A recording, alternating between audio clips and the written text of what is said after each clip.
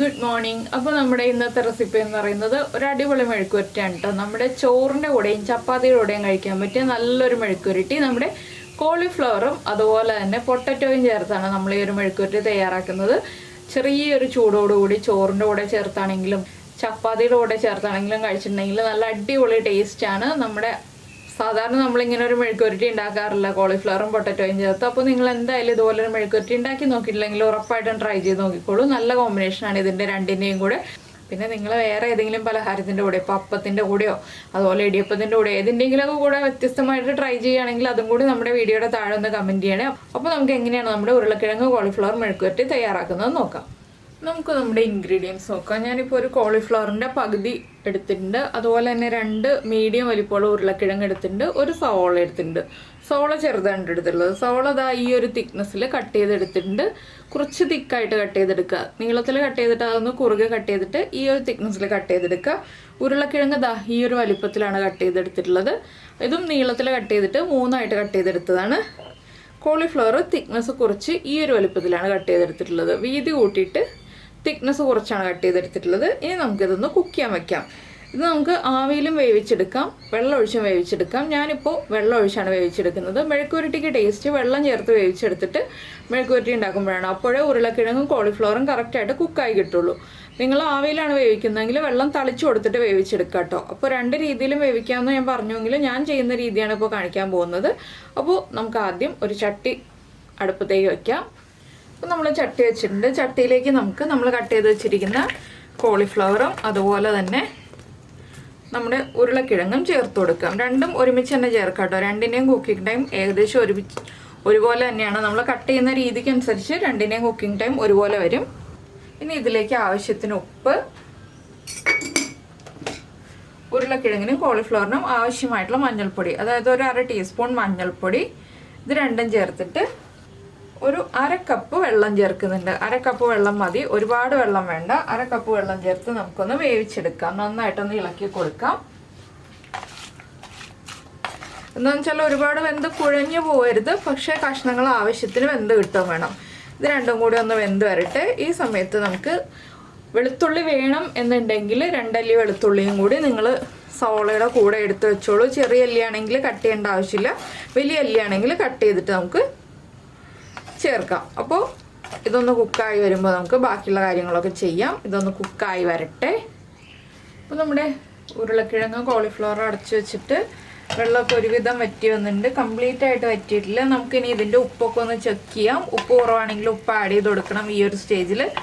അപ്പോൾ കംപ്ലീറ്റ് ആയിട്ട് ഞാൻ വെള്ളം വറ്റിച്ചെടുക്കുന്നില്ല കേട്ടോ. എന്താണെന്ന് വെച്ചിട്ടുണ്ടെങ്കിൽ കംപ്ലീറ്റ് ആയിട്ട് വെള്ളം വറ്റിച്ചിട്ടുണ്ടെങ്കിൽ നമ്മുടെ മസാലകൾ ഇതിലേക്ക് പിടിക്കാൻ കുറച്ച് സമയം എടുക്കും. അപ്പോൾ കുറച്ച് വെള്ളം ബാക്കി വെച്ചിട്ട് നമുക്ക് നമ്മുടെ മെഴുക്കുവരട്ടി റെഡിയാക്കാം. ഇത് മാറ്റി വയ്ക്കാം. അപ്പോൾ നമ്മളൊരു പാൻ ചൂടാക്കാൻ വെച്ചിട്ടുണ്ട്. ഇതിലേക്ക് നമുക്ക് വെളിച്ചെണ്ണ ചേർത്ത് കൊടുക്കാം.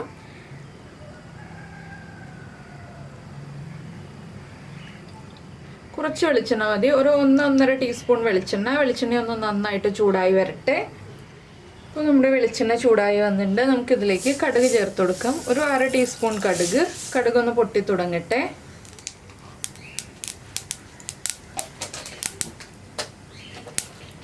കടുക് പൊട്ടി കഴിയുമ്പോൾ നമുക്കൊരു 2 വറ്റൽമുളക് ചെറുതായിട്ട് കട്ട് ചെയ്ത് ചേർത്ത് കൊടുക്കാം. അതുപോലെ തന്നെ നമ്മൾ കട്ട് ചെയ്ത് വെച്ചിരിക്കുന്ന സവോള,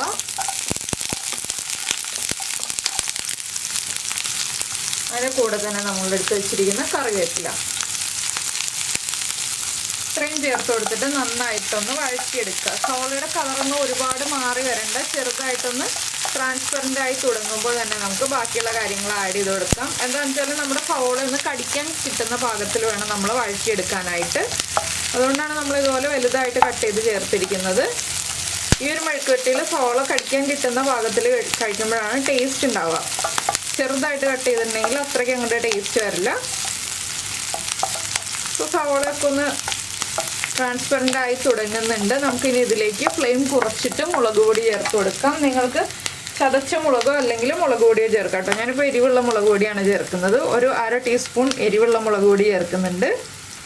കാശ്മീരി ചില്ലി പൗഡർ ചേർക്കുകയാണെങ്കിൽ നമ്മുടെ മെഴുക്കുവരട്ടിയുടെ കളർ മാറിപ്പോവും. അതുകൊണ്ടാണ് ഞാൻ എരിവുള്ള മുളക് പൊടി ചേർത്തത്. ഇനിയിപ്പോൾ ഈ മുളക് പൊടി ഒന്ന് കുക്കായി വരട്ടെ.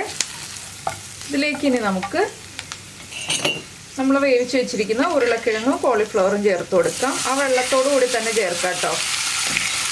അപ്പോഴാണ് ഈ മുളക് പൊടിയൊക്കെ നന്നായിട്ട് പിടിച്ചു വരിക.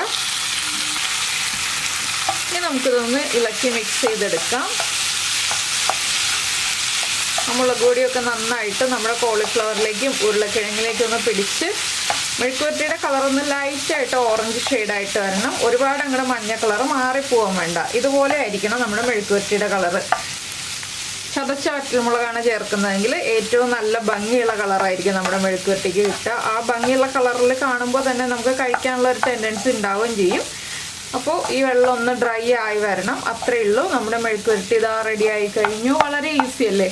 എല്ലാവർക്കും എളുപ്പത്തിൽ ഉണ്ടാക്കാൻ പറ്റുന്ന ഒരു നല്ലൊരു ടേസ്റ്റി ആയിട്ടുള്ള മെഴുക്കുവരട്ടിയാണ്.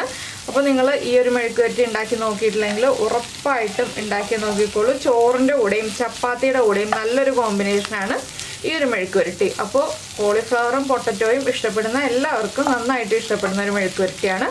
അപ്പോൾ നിങ്ങൾ ഉണ്ടാക്കി നോക്കിയിട്ട് ചോറിൻ്റെ കൂടെയാണോ ചപ്പാത്തിയുടെ കൂടെയാണോ കൂടുതൽ ഇഷ്ടമായതെന്നൊന്ന് കമൻറ്റ് ചെയ്യണേ. അതുപോലെ തന്നെ നമ്മുടെ ചാനൽ ആദ്യമായിട്ട് കാണുകയാണെങ്കിൽ നമ്മുടെ വീഡിയോ പ്രസൻറ്റ് ചെയ്യുന്ന രീതിയൊക്കെ ഇഷ്ടമായെന്നുണ്ടെങ്കിൽ നമ്മുടെ ചാനലൊന്ന് സബ്സ്ക്രൈബ് ചെയ്ത് സപ്പോർട്ട് ചെയ്യണേ.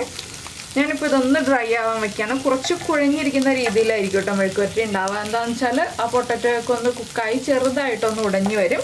അതുകൊണ്ട് ചെറുതായിട്ടൊന്ന് കുഴഞ്ഞിരിക്കുന്ന രീതിയിലായിരിക്കും മെഴുക്കുവരട്ടി ഉണ്ടാവുക. നിങ്ങൾക്ക് ഇത്രയും കുഴയണ്ട എന്നുണ്ടെങ്കിൽ പൊട്ടറ്റോ ഇത്രയും വേവിക്കേണ്ട ആവശ്യമില്ല. സവോളയൊക്കെ കണ്ടോ വിട്ട് വിട്ട് നിൽക്കുന്നുണ്ട്. ഓവറായിട്ട് കുക്കായി പോയിട്ടില്ല. അപ്പോൾ നമ്മുടെ റെസിപ്പി ഇഷ്ടമായിട്ടുണ്ടെങ്കിൽ പിന്നെ ലൈക്ക് ചെയ്യാനും കമൻറ്റ് ചെയ്യാനും ഒന്നും മറന്നുപോയില്ലല്ലോ. അപ്പോൾ എന്തായാലും നിങ്ങൾക്ക് എല്ലാവർക്കും ഈ റെസിപ്പി ഇഷ്ടമായിട്ടുണ്ടാവുമെന്ന് ഞാൻ വിചാരിക്കുന്നു. നിങ്ങളുടെ ഫീഡ്ബാക്കിനായിട്ട് വെയിറ്റ് ചെയ്യുന്നു. നമുക്ക് നമ്മുടെ അടുത്ത റെസിപ്പിയുമായിട്ട് അടുത്ത ദിവസം വീണ്ടും കാണാം.